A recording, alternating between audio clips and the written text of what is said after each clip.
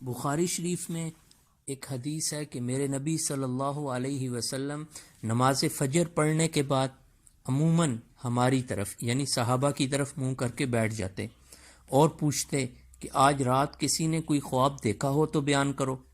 راوی یعنی صحابہ نے کہا کہ اگر کسی نے کوئی خواب دیکھا ہوتا تو وہ اسے بیان کر دیتا، اور آپ صلی اللہ علیہ وسلم اس کی تعبیر اللہ کو جو منظور ہوتی بیان فرماتے۔ ایک دن آپ صلی اللہ علیہ وسلم نے معمول کے مطابق ہم سے دریافت فرمایا، کیا آج رات کسی نے تم میں سے کوئی خواب دیکھا ہے؟ ہم نے عرض کی کہ کسی نے نہیں دیکھا۔ آپ صلی اللہ علیہ وسلم نے فرمایا، لیکن میں نے آج رات ایک خواب دیکھا ہے کہ دو آدمی میرے پاس آئے، انہوں نے میرے ہاتھ تھام لیے اور وہ مجھے ارض مقدس کی طرف لے گئے اور وہاں سے عالم بالا کی مجھ کو سیر کرائی۔ وہاں کیا دیکھتا ہوں کہ ایک شخص تو بیٹھا ہوا ہے اور ایک شخص کھڑا ہے، اور اس کے ہاتھ میں لوہے کا آنکس ہے، یعنی لوہے کا ٹکڑا آپ سمجھ لیں، جسے وہ بیٹھنے والے کے جبڑے میں ڈال کر اس کے سر کے پیچھے تک چیر دیتا، پھر دوسرے جبڑے کے ساتھ بھی اسی طرح کرتا تھا۔ اس دوران اس کا پہلا جبڑا صحیح اور اپنی اصلی حالت پر آ جاتا اور پھر پہلے کی طرح وہ اسے دوبارہ چیرتا۔ میں نے پوچھا کہ یہ کیا ہو رہا ہے؟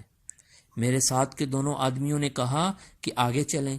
چنانچہ ہم آگے بڑھے تو ایک ایسے شخص کے پاس آئے جو سر کے بل لیٹا ہوا تھا، اور دوسرا شخص ایک بڑا سا پتھر لیے اس کے سر پر کھڑا تھا۔ اس پتھر سے وہ لیٹے ہوئے شخص کے سر کو کچل دیتا تھا۔ جب وہ اس کے سر پر پتھر مارتا تو سر پر پتھر لگ کر وہ دور چلا جاتا پتھر، اور وہ شخص اسے جا کر اٹھا لاتا۔ ابھی پتھر لے کر واپس بھی نہیں آتا تھا کہ سر دوبارہ درست ہو جاتا، بالکل ویسا ہی جیسا پہلے تھا۔ واپس آ کر وہ پھر اسے مارتا۔ میں نے پوچھا کہ یہ کون لوگ ہیں؟ ان دونوں نے جواب دیا کہ ابھی اور آگے چلیں۔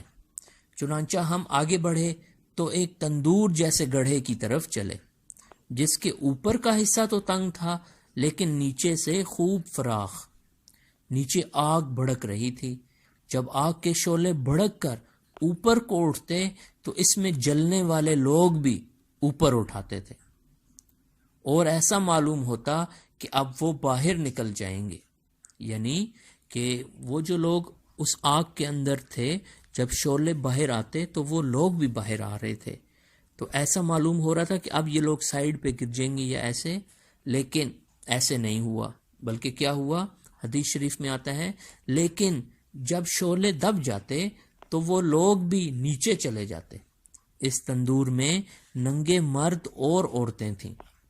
میں نے اس موقع پر بھی پوچھا کہ یہ کیا ہے، لیکن اس مرتبہ بھی جواب ملا کہ ابھی آگے اور چلیں۔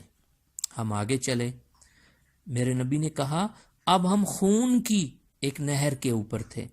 نہر کے اندر ایک شخص کھڑا تھا، اور اس کے بیچ میں یعنی نہر کے اوپر بھی ایک شخص تھا، اور اس کے اندر نہر کے بیچ میں ایک شخص تھا جس کے سامنے پتھر رکھا ہوا تھا۔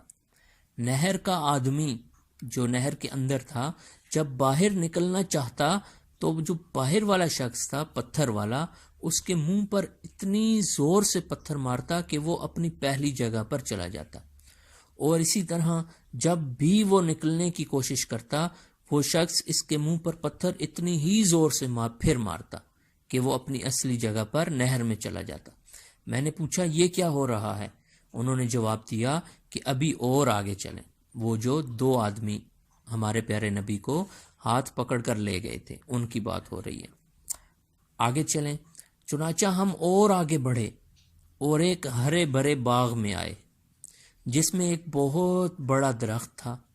اس درخت کی جڑ میں ایک بڑی عمر والے بزرگ بیٹھے ہوئے تھے، اور ان کے ساتھ کچھ بچے بھی بیٹھے ہوئے تھے۔ درخت سے قریب ہی ایک شخص اپنے آگے آگ سلگا رہا تھا۔ وہ میرے دونوں ساتھی مجھے لے کر اس درخت پر چڑھے۔ اس طرح وہ مجھے ایک ایسے گھر میں لے گئے کہ اس سے زیادہ حسین و خوبصورت اور بابرکت گھر میں نے کبھی نہیں دیکھا تھا۔ اس گھر میں بوڑھے، جوان، عورتیں اور بچے یعنی سب ہی قسم کے لوگ تھے۔ میرے ساتھی مجھے اس گھر سے نکال کر پھر ایک اور درخت پر چڑھا کر مجھے ایک اور دوسرے گھر میں لے گئے جو نہایت خوبصورت اور بہتر تھا۔ اس میں بھی بہت سے بوڑھے اور جوان تھے۔ میں نے اپنے ساتھیوں سے کہا، تم لوگوں نے مجھے رات بھر خوب سیر کرائی، کیا جو کچھ میں نے دیکھا اس کی تفصیل بھی کچھ بتلاؤ گے؟ یہ میرے نبی ان دو اشخاص سے کہہ رہے ہیں۔ انہوں نے کہا، ہاں، وہ جو آپ نے دیکھا تھا اس آدمی کا جبڑا لوہے کی آنکس سے پھاڑا جا رہا تھا تو وہ جھوٹا آدمی تھا، جھوٹی باتیں بیان کیا کرتا تھا۔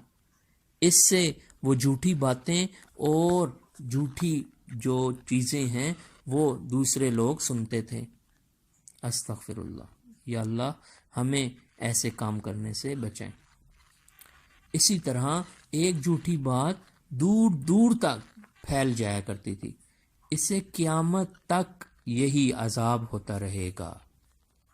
اس سے ہمیں پتہ چلا کہ قیامت سے پہلے بھی جب قبر میں چلے جائیں گے تو عذاب کا سلسلہ شروع ہو جائے گا۔